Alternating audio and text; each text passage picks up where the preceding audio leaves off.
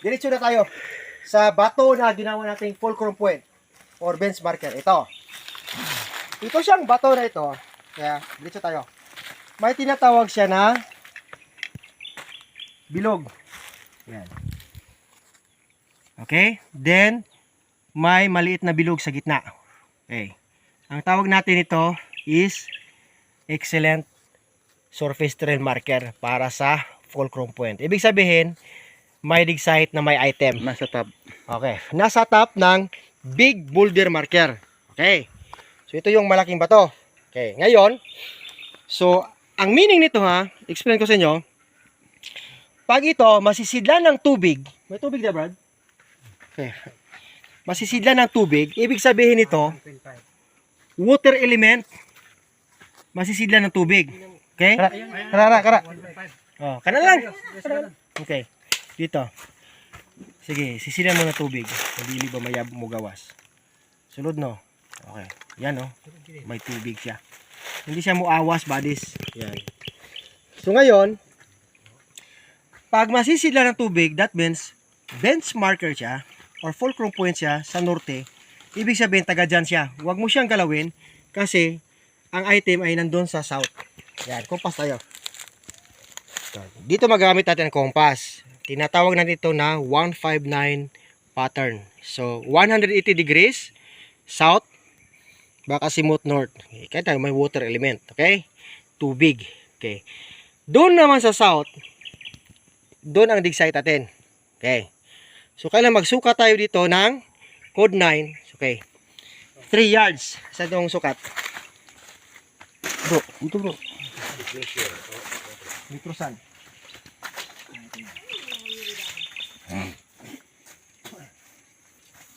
Okay lang, Luibi. Igo lang sa gitna, bro.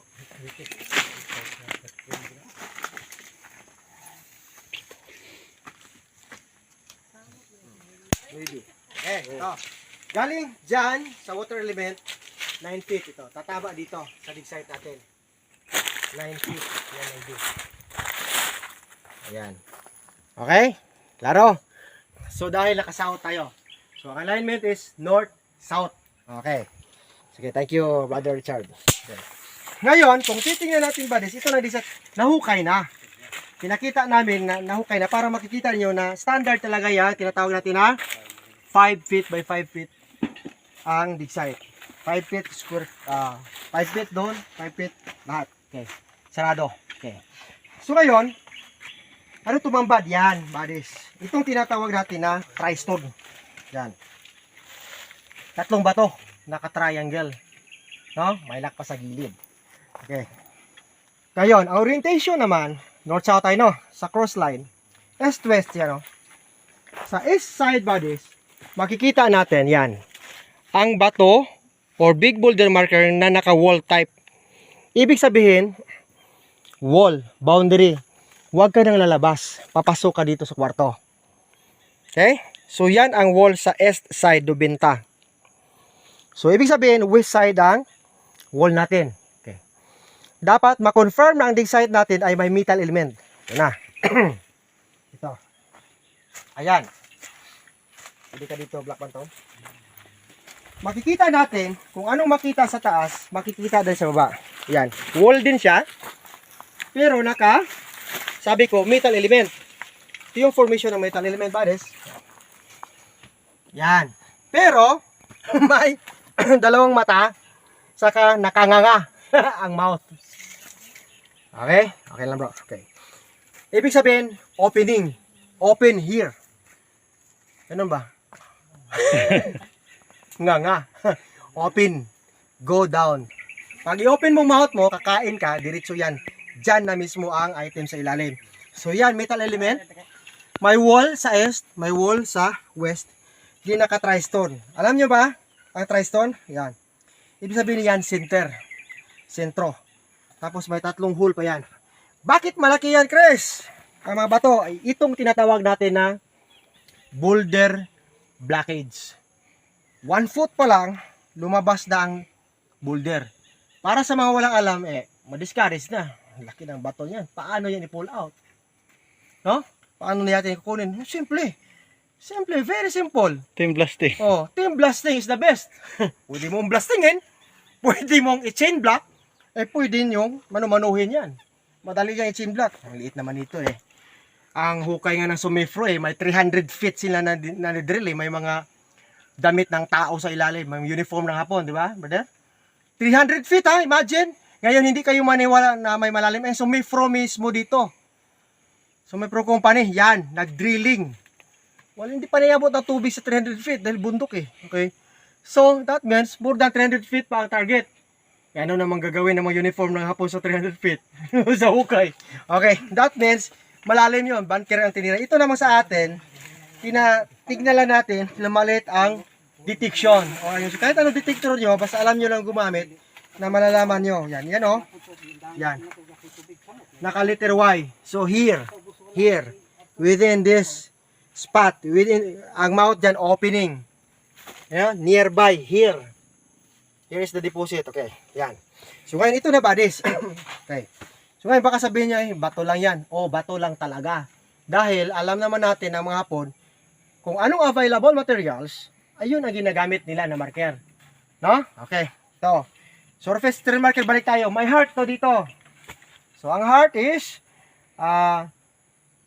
315 degrees. Yan. Heart marker. Tatama ito ng 135 degrees. Okay? So, alam nyo yan pag 135.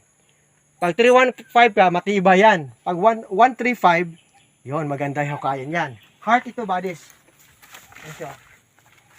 Yan. Itong kokoro. Okay, makilaro na, no? Diretso pa nini, wala na limpyo ba? Okay, heart na siya. Okay, so ngayon, ito na.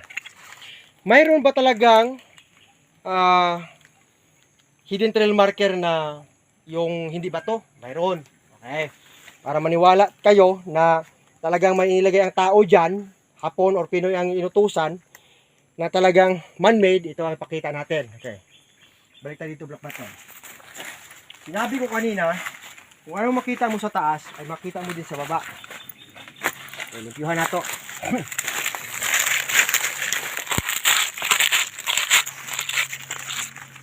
Klaro lang.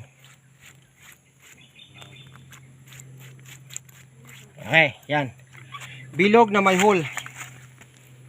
Sa gitna. Yan. Okay. So ngayon, buddies, may nakukuha tayong bilog na may hole dun sa dig site.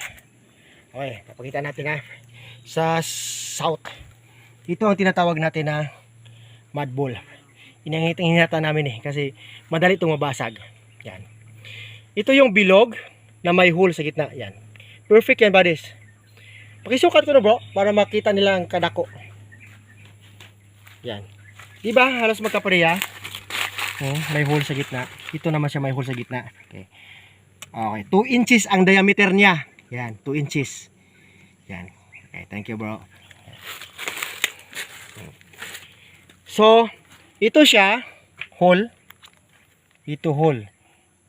So imagine, kung hindi tama ang sukat mo, hindi mo ito makukuha. Dahil doon to sa south, din ito sa norte. So saan ito nakukuha dito? Ituro natin sa bato. Then, kung ilagay mo siya dito, yun, may plastaran talaga sa body. So. No? Ayan. Parang billiard ba? Okay. Doon tayo sa dig site, balik. Black out. Ituro, palihog tol.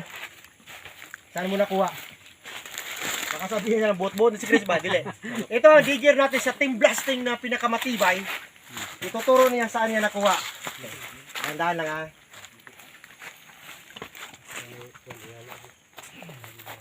Diyan. Pinasak sa butas sa bato. Okay? Baka sabihin nyo na ano lang yan na insekto. Ginawa hindi, buddies. Nag-iisa yan. Diyan sa bato. Okay? Okay, thank you, tol. Okay. Ang ibig sabihin nito, sintering shaft. Ibig sabihin, ang nahukay natin, ito na ang sintro sa shaft. Ito na talaga ang hukay natin. So, ang meaning naman ito, code Maro. Or 0.0 talaga siya, no? Parehan natin, bilog. Ang meaning to, placeholder. Pag makuha siya na stem. Diyan mismo nilagay ang item. Siya ang holder ito na dig site. Okay? So, kunin ang boulder blockage para makapatuloy sa paghukay. So, napaka-importante ng mud ball dahil tinatawag itong Japanese special art. Magaling yan sila. Yung mga lupa na gagawin nilang mud ball ganito, yan, perfect talaga. Apat. Okay. Okay. Dito sa Mindanao, parang 4 na beses na kami nakakuha ni Black Phantom sa Team Sniper. 4 na beses na yata na kami nakakuha nito sa dig site mismo. Malalaman namin kasi sa labas pa lang may indication na. Eh ito, sabi ko kanina, may lalabas diyan na katulad ng marker sa taas. Lumalabas talaga siya. Okay, Bansai team, blasting! Bansai! Matibay! Plastic! Tibay! Tibay tol! Okay, ano pa? Sabihin nyo, lupa lang yan, Chris. Lupa talaga, alangan naman, bato yan. Lupa yan. Oh. Pero, merker. Pangalawa, ito pa. Hindi muna tayo magtatapos yan. Oh. Ano masasabi nyo dito? Bato, lupa, or dahon? Di ba? Bute, botelya na basag, or buti na buwak. Okay. Saan nakuha? Siyo tol, nakuha. Sa kapin. 1 foot. Oh, ibalik dito tol. Ikaw na po dito tol, di mo. Saan nakuha? Sa my wall. Lakar mo tol.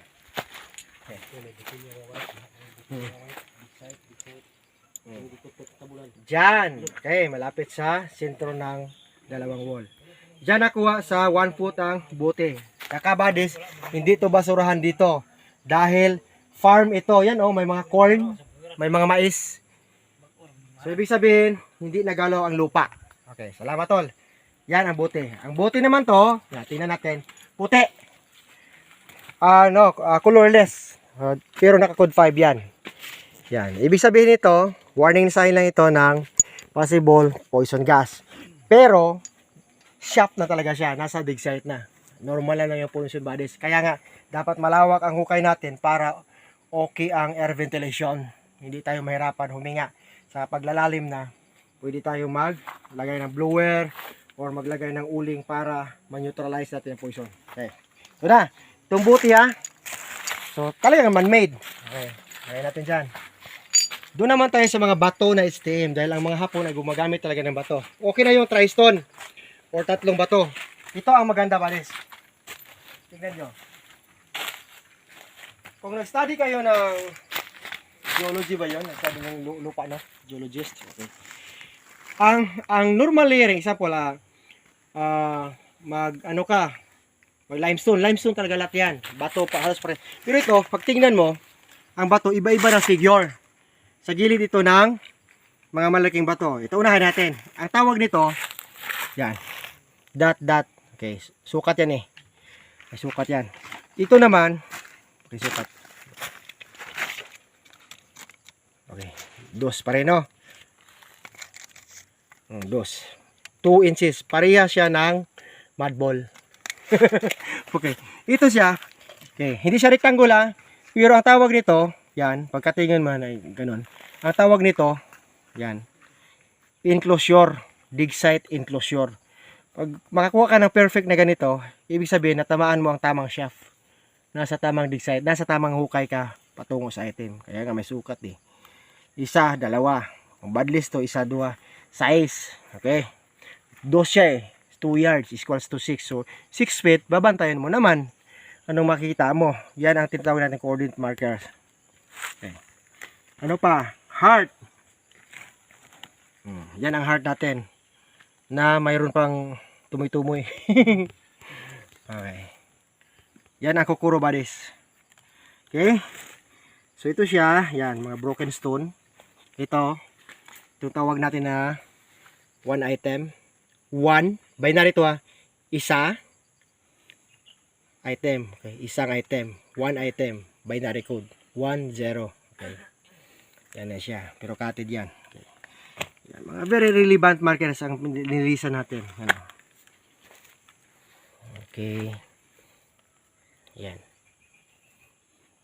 Ano ng pagong likod. Okay. Ito siya. Manipis. Flat stone. Okay. Kokoro pa rin yan. Cutted lang. Okay? Ang kanji natin. Ayan. Kung tingnan mo yan, ito yung kanji tinatawag natin na down o shieta. Okay. Kanina natin yan. Yan. 1, 2, 3. Parang letter K lang. Yan. Ang meaning yan, shieta. Under. Okay? So, can. Ito naman siya, su. Or enter sign. Under, enter. Under. Yan. Combination na siya. Yan ang shieta. Yan. Yan. Yan. Ito naman, pag dito ka sa kabila, su. Marker. May letter T. Kujiki stroke to ng under pa rin pag letter T. Okay? Yan ang inventory marker box na maliit. Okay. Yan buddies. Hopefully naintindihan nyo. Then, ito malaking ba to? Oh, ito. Putol. No? Putol. Ibig sabihin nito, cutted. So, hanapin pa natin ang sumpay nito. Yung sumpay dugtong. May kadugtong to buddies yan. Putol, ibig sabihin, makatayo siya. Okay. Parang pusti lang, no? Okay. May sumpay ito sa ilalim. Pasol type. Hindi pa natin naabot. Okay. So, yun ang mga tinatawag natin na hidden trail marker na may mga ibig sabihin. Kaya pag remapper or decoder ka, dapat may knowledge tayo sa mga makikita na marker. Kung alam natin mag-remap sa taas, dapat alam din natin mag-reading sa baba. Kasi ang dami na ngayong nag-decode-decode lang hanggang sa taas lang. Pagdating sa baba, hindi na alam anong meaning nito. Tulad sa nangyari sa Davao, no? Saan ba yun? Tagum ba yun? Yung pumutok ang bomba, 80 feet. Oh, ilang tao namatay? 2. Ngayon, sabihin nyo pa walang bomb trap, namatay na nga sa bomba yun eh. No? 2. Poison. Sa Kadingilan, may namatay na 4, no? Na poison. Yung mga previous pa, marami. Totoo ba this ang poison trap? Totoo ang bomb trap? Totoo ang death traps ng mga Hapon? Dahil, ang target kasi natin, hindi yan 10 pesos or 100 pesos lang ang kantidad ng item. It worth millions, no? Multi-millions. Imagine, ang kilo ng 24 carats karon nga gold is 4 million na. Nagkataas ang presyo eh. Dati 3 million, ngayon 4 million na. So imagine, makakuha ka ng isang barita na 6.2 o ilang milyon na. Kahit kunin lang 3 million sa'yo, kahit 3 times 6, may 18 million ka na. Maubos mo pa yan, hindi na ba? Kaya sa mga treasure hunter, huwag na kayong bas ng bas. No? Pag makahits kami, wala mo may labot. Pag makahits mo, wapon, may labot. No? Mind your own business. No? Kaya magtulungan. Kaya nga nag-share kami ng actual video remapping para makatulong. Nagpasalamat kami kasi si Brother Richard ay pagpunta namin sa site, may mga dig site na eh. Natamaan talaga. Swerte pa kasi biglod eh. Pati bunker. Tamaan kasi kumplito ang marker. Oh. No? Saka sa pag-remap, doon na namin nakita na may mga sikrito pa na mga kanji codes para sa mga maliliit na dipong, para sa mga sakerlod. Yun, nakikita na sa remapping session na yan. No? Angkor lock. Angkor lock. So, ngayon buddies, yun, naintindihan nyo? Ang pattern na ginagamit natin is 159. Okay? So, code 1 tayo, norte. Papunta tayo sa south. Yun, nahukay natin ang mga markers. May basag na bote. No? Kasi lalabas talaga yan yung transparent. Yan ang kulay tubig. Di ba? Tubig colorless. Lalabas yan. Sa color coding yan. So, ibig sabihin, pag water element ka dito, pag hukay mo sa south, may confirmation. So, tubig dito, masisidlang tubig. Dapat doon may tubig. Pero hindi tubig makita mo. Color. Yan ang application ng color coding and elemental markers. Kombinasyon yan, magsasabay yan lagi. So sa south, pag hukay mo, ay may bote na colorless. This is the color of the water. Kasi ang water is colorless. Hindi blue ang water ha. Hindi. Pag asisilan mo, blue siya. Oo, ang water is colorless. So yun ang explanation. So ito ang nangyari. Okay, ulitin ko. Okay. Naghukay tayo sa south, galing dito sa norte. Lumabas ang color coding sa water, transparent. Then lumabas ang code Maro or centering na pariha dito sa code na hole in the center of the circle. Okay, circle hole, code Maro. So, paglagay mo dyan pareha talaga. Okay, so yun buddies. Yan ang pinaka-explanation sa dig site. Bakit naghukay tayo?